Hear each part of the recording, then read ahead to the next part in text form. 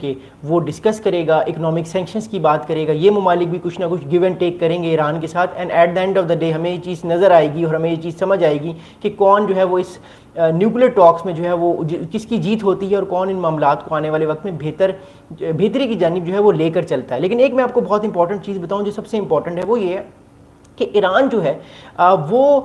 جب ایران اور اسرائیل کے درمیان جو معاملہ خراب ہو بھی رہا تھا، جو ان کے درمیان کانفلکٹ چل رہا تھا، اس کے بعد بھی ایران کی طرف سے یہ سٹیٹمنٹس آنا شروع ہو گئے تھے کہ ہم بات چیت کرنے کو تیار ہیں لیکن ہم سے کوئی بات تو کرے۔ تو ایران کی طرف سے سگنل کلیئر ہے کہ وہ بات کرنا چاہتا ہے۔ ایران نیوکلیر پاتھ فی الحال چوز نہیں کرنا چاہتا۔ جو ایران کے اندر ماڈریٹ فورسز ہیں جو چاہتی ہیں کہ ہم ایک مڈل فورسز آپ کہہ سکتے ہیں جو کہ فلیکسیبل رکھتی ہیں، اپنی ڈسکشن کو ایک ہارڈ لائن نہیں لیتی، وہ یہ چاہ رہی ہیں کہ کسی طرح ایران دنیا کے ساتھ بات کرے تاکہ اس کی معیشت جو ہے وہ کامیاب ہو۔ آپ کو یاد ہوگا میں نے اپنی پرانی ویڈیو میں بھی یہ بات کہی تھی کہ اگر مسعود پزیشکین جو ایران کے صدر ہیں انہوں نے ریزائن نہ کیا اگلے 1 سے 1.5 مہینے میں، اس کا مطلب ہے ایران کی جو ماڈریٹ فورسز ہیں جو چاہتی ہیں کہ نیوکلیر ٹاکس ہوں تو وہ اس میں کامیاب ہو جائیں گے، اور وہ بات صحیح ثابت ہوئی۔ ایران کے جو صدر ہیں وہ ریزائن انہوں نے نہیں کیا، اور جو ماڈریٹ فورسز ہیں ایران کی وہ ایک طرح سے کامیابی کی طرف جا رہی ہیں، اور ایران جو ہے وہ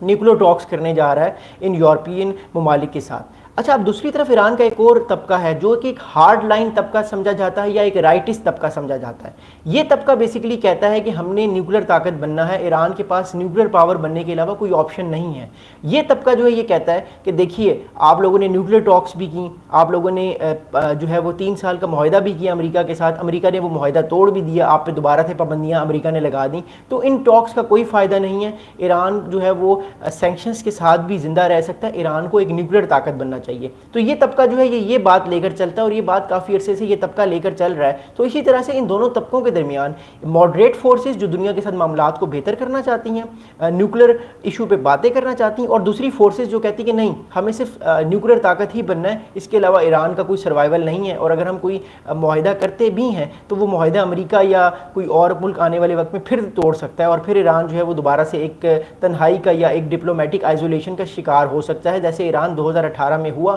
جب صدر ٹرمپ نے جو ہے وہ معاہدہ نیوکلیر ٹاکس کا 2018 کا وہ توڑ دیا JCPOA کا۔ اس سے ایران کی جو ڈپلومیٹک ایک پش تھا اس کو بڑا ہرٹ ہوا، اس کی اکانومی کو بہت زیادہ نقصان پہنچا۔ تو یہ وجہ ہے کہ ایران کا جو ہارٹ لائن طبقہ ہے وہ بھی کہیں نہ کہیں اپنی بات جو ہے وہ رکھتا ہے، اور اس کی بھی بات، اس کی بھی جو آپ کہہ سکتے ہیں کہ ان کی بھی جو فیئر ہے، ان کا بھی جو خوف ہے، ڈر ہے اس چیز کو لے کے، وہ بالکل جائز ہے۔ تو ایک طرح سے یہ پاور اسٹرگل ہے دونوں طبقوں کے، لیکن ایز آف ناؤ ابھی تک جو ماڈریٹ طبقہ ہے ایران کا، جو کہ ایک حقیقت پسندانہ طبقہ ہے جو ڈپلومیٹک آئزولیشن نہیں چاہتا ایران کی، وہ چاہتا ہے کہ ڈپلومیٹکلی ٹاکس ہوں،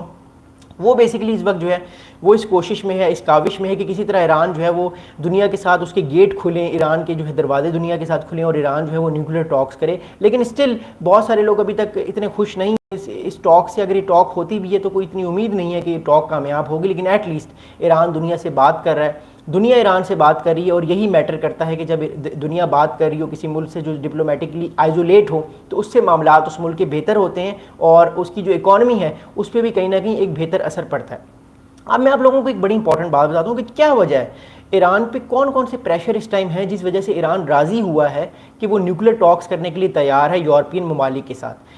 کیونکہ دیکھیے ایران پہ ابھی بہت سارے حملے کیے ہیں اسرائیل نے، امریکہ نے تو ایران کی نیوکلیر سائٹس، 3 نیوکلیر سائٹس جو امپورٹنٹ تھیں، ایک اصفہان، ایک نتانز اور ایک فورڈو، ان تینوں کو مکمل طور پہ تباہ کر دیا ہے۔ اس کی تباہی کے باوجود اور 650 لوگوں کی شہادتوں کے باوجود، سائنسدانوں کی اموات اور جو IRGC جو ایران کے ریولوشنری گارڈز ہیں ان کی شہادت کے باوجود بھی ایران جو ہے وہ نیوکلیر ٹاکس کرنے کے لیے تیار ہے۔ اس کی کیا وجہ ہے وہ میں آپ کو بتاتا ہوں کہ اس کی وجہ کیا ہے۔ دیکھیے سب سے پہلی جو وجہ ہے اس کی وہ یہ ہے کہ ایران جو ہے وہ اکنامکلی ایک بہت کمزور ملک ہے۔ حالانکہ ایران میں جو ہے وہ تیل کے بہت بڑے بڑے ریزروز ہیں، لیکن اس کے باوجود اکنامکلی ایران اس لیے ویک ہے کیونکہ ایران کو امریکہ یا کوئی اور ملک اجازت نہیں دیتا کہ وہ پراپرلی کسی اور دنیا کے ساتھ جو ہے وہ اپنے معاملات کو اوپن کرے اور وہ ٹریڈ کر سکے۔